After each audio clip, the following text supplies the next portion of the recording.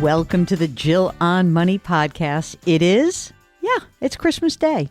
Happy December 25th. We're putting a few shows in the can for the next few days. We thought you might be getting a jump on your binging. So Mark found some great interviews of directors of documentaries that are available to stream. We're starting with the director of a film called Playing with Fire. Fire meaning financial independence, retire early.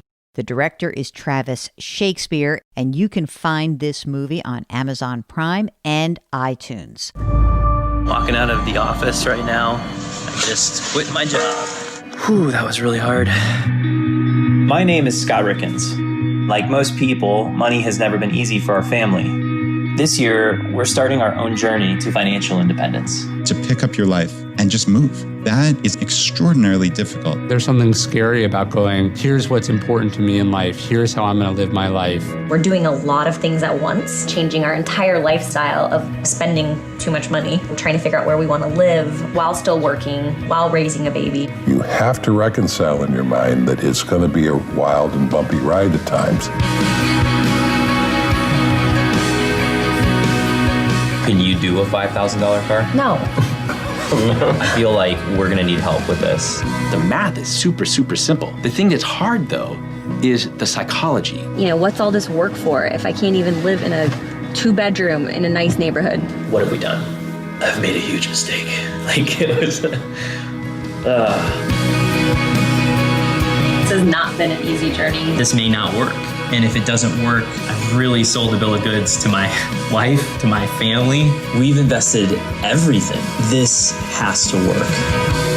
The movie follows a young couple that's just had a child and trying to figure out whether or not they really want to dive into the FIRE movement. It's really worth watching, and we'll hear from the director, Travis Shakespeare, about how he got involved with this project. So here's our interview with Travis Shakespeare. Let's have full disclosure. Travis, you and I have a previous relationship that you need to disclose for everyone so we don't get yelled at for not saying that we've had, a love affair for a long time. Well, I called your show before I made the documentary because personal finances, for me, also an issue. And I was looking for help. And so I called you. I reached out to you and Mark, and you were kind enough to have me on your show. And so that is really how we began our relationship, which is not a real relationship, everyone. I'm just sort of making fun of the fact that all of a sudden I'm watching this documentary and Mark's like, this dude called the show. And so it was very exciting. So Travis, you are the director and an executive producer, and you've got a ton of stuff on your credits. Really interesting to me, of course, is that you're all over the place in terms of the types of subjects. What drew you to the FIRE movement when you've done things from, for National Geographic or the History Channel or, ice road truckers? What drew you to FIRE? Well, it really started out as a personal quest for me. I was, like so many people in this country, totally financially illiterate. I was a starving artist for the bulk of my career. I just thought someday I was going to win the lottery and that was going to take care of everything, or that I was going to get, a big job in Hollywood and suddenly become super wealthy. What was happening during the time that I was fantasizing about that was I was getting absolutely nowhere financially. I had student loans to the tune of about $40,000 locked in at a 9% interest rate, and I had a bunch of credit card debt. And when my father passed away when I turned 40 years old and I inherited $75,000, that money allowed me to pay off all of the debt that I had been carrying for the bulk of my life. Once I paid the debt off, I kind of panicked because I was like, what am I supposed to do with this $20,000? I had no idea what to do with it. So I started this kind of adventure of trying to educate myself, and the beginning of that was really difficult because, as you know, the financial services industry is really complex for the average consumer to kind of grapple with. And, I picked up The Intelligent Investor because I thought I was smart and I could get through that. And I read that. I tried to read that book and I was just like, oh my Lord, this is a mess. I'm never going to figure this out. But slowly but surely, I came across the FIRE movement through Mr. Money Mustache and also an incredible book. I don't know if you've read it, called Early Retirement Extreme, by a guy named Jacob Lund Fisker, who retired on like $300,000 invested in Europe, where they have free healthcare. But he was living on like $1,000 a month. And as a starving artist myself, I was like, oh, I know how to live like this. If I just follow what these people are doing, maybe I'll save myself. I had to figure out how to restructure my retirement plan, because I had no retirement plan. I just started following what they did. And surely enough, it started working quite fast for me. And how did you find the couple who are the subjects of the documentary? Yeah, so in my day job, I produced television shows, and I had started the documentary because I had gone on a retreat with some of the leaders of the FIRE movement. And I was so impressed with what they were doing, and with the fact that they were so willing to give this knowledge away for free, that I wanted to do something to help in my own way. I'm not a blogger, I'm not a financial expert, but I thought, I know how to tell stories. And if I can inspire people to think about their financial lives differently, then maybe I can do it via a documentary. I got waylaid partway through the process with a big job at my company to launch a new TV show. And I heard Scott Rieckens, who's one of the people who's featured in the documentary, on a podcast. And I was like, wait a minute, that guy's doing my documentary. This is terrible, because he started filming himself, but he's not a director. So I called him and I was like, hey, do you need any help with this thing? And he was just relieved, really, because he was like, I don't know what I'm doing. I put myself into this film and it's really difficult. And we just struck up a partnership that turned out to be quite extraordinary. I thought it was interesting to really follow the journey of him and his wife and this newborn. And I must say that I felt a little bit old fartish as I was watching it. And I'll tell you where I definitely felt it most. This concept of she's telling the story how she is very happy in her career. And I don't understand why she wants to stop. And I say to myself, but don't you have ambition? It's great to raise your kid, but, you do get something very different out of an ambitious career. What's your take on that? I am an old fart, so I'll just own it. But I really feel the value of work is so interesting. And she wasn't miserable. She said she was happy in her life. Yeah, well, I think the thing that really happened for them was that they had a kid, right? Yeah. And she was really happy pursuing her career, but then they realized that they were spending all of their time to generate the money to support the lifestyle that they had been living before they had a kid. And that meant that she had to spend all of her time at work. And they were going down the route of the typical, I think, upper middle class family, where if both parents are working, you end up spending all this money on nannies and babysitters and whatever, so that you can support the career, but then you don't have as much time with the child. Okay, hold on. So I'm not a parent, so I'm going to interrupt you and make sure that I understand this. So I wasn't clear how much time she was really spending. I did get the part where it's hey, we're driving a BMW. We live in San Diego. It's a nice place. It's we're spending more money. But I was not convinced that she was working 90 hours a week or anything. She wasn't some investment banker who had zero life. So what is it about this generation of people who is seeking something very different? I need you to educate me about this, because I don't get it, because I'm a worker. And even Mark, who is the best executive producer in the world, who just had a baby, also, we come from working stock. So what are we missing? Is it just because we love what we do? I think there's a couple of things here.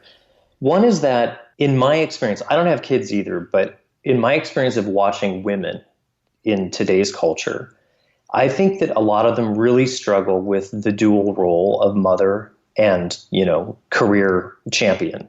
I see that in all of my friends who've had kids. Mm-hmm. Most of them are career-driven women, and they've wanted to have careers, and it's a real struggle, and it's really hard for them. So I think that's number one. Number two, we live in the Instagram world, where we have a whole generation of people who have been well exposed to amazing things every single day on social media. I believe that that has created a desire and a sense of, I don't know if entitlement's the right word for it, but let's say a sense of really possible.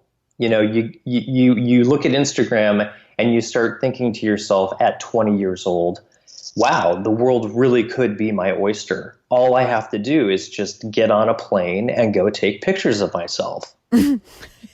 Right? Yes, I got you.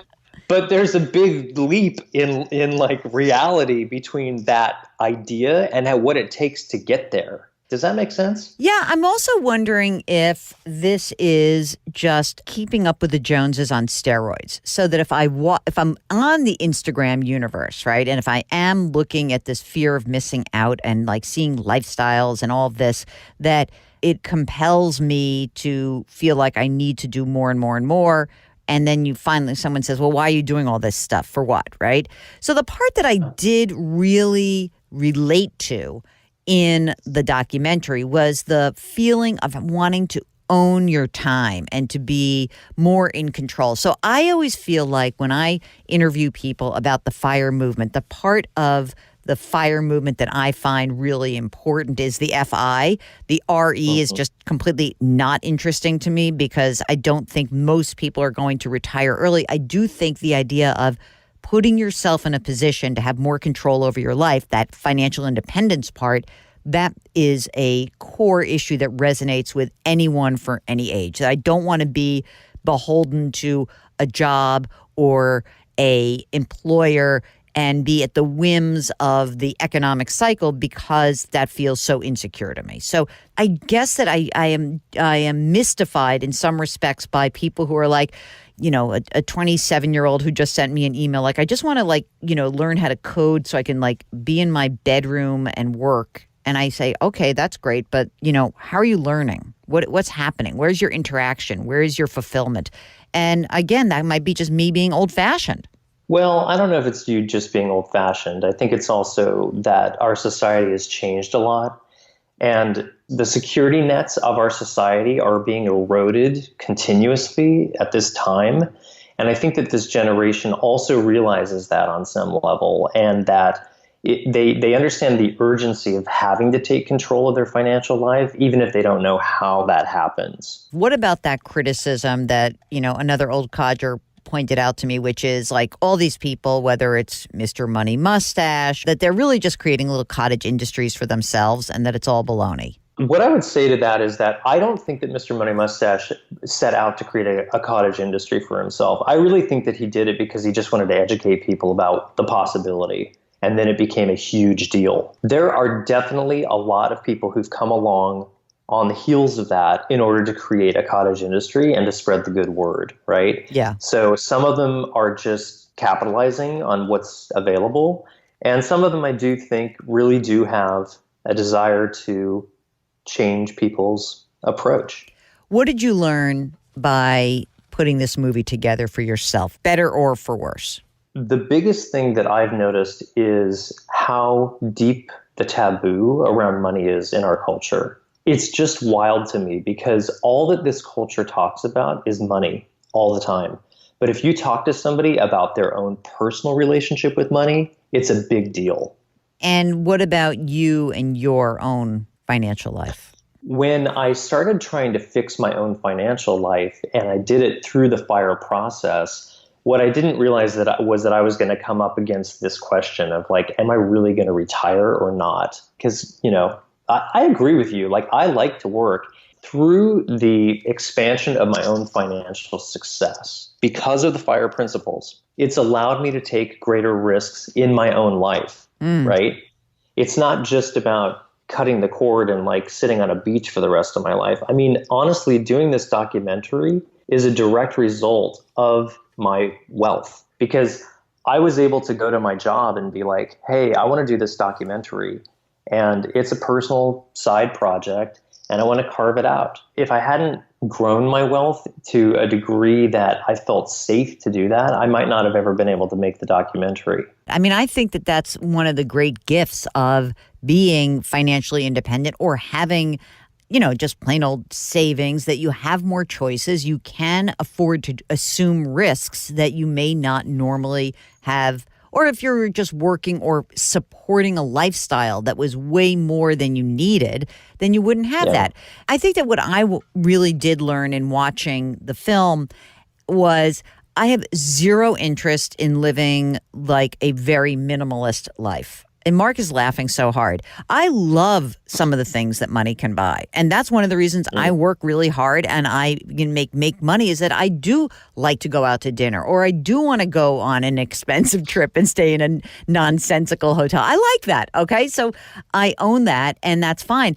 I think I had a greater appreciation for when watching the story of this couple's journey and really watching them say, what is it about our life that we really want? What are we honoring here? We want to basically be so into being parents. That's great. It's all wonderful. It's all good. But whatever it is that you want, having that goal is incredibly important. So that, I think, is incredibly useful. I really did enjoy it. It was fun. It was awful at parts where I was like, no, don't do that. But it was great. And so I really do appreciate that. I think that what you touched on is really, really the point, is the valuation point. Like, what is valuable? What is important in my life? I think that's the ultimate point of all of this. Yeah, absolutely. And I have to constantly ask myself, what do I really want? What's really valuable here? Yeah. Do I want to buy a new car? Maybe I can afford a new car. But would I rather go on an amazing once-in-a-lifetime trip instead, or help my mom out, in her aging years?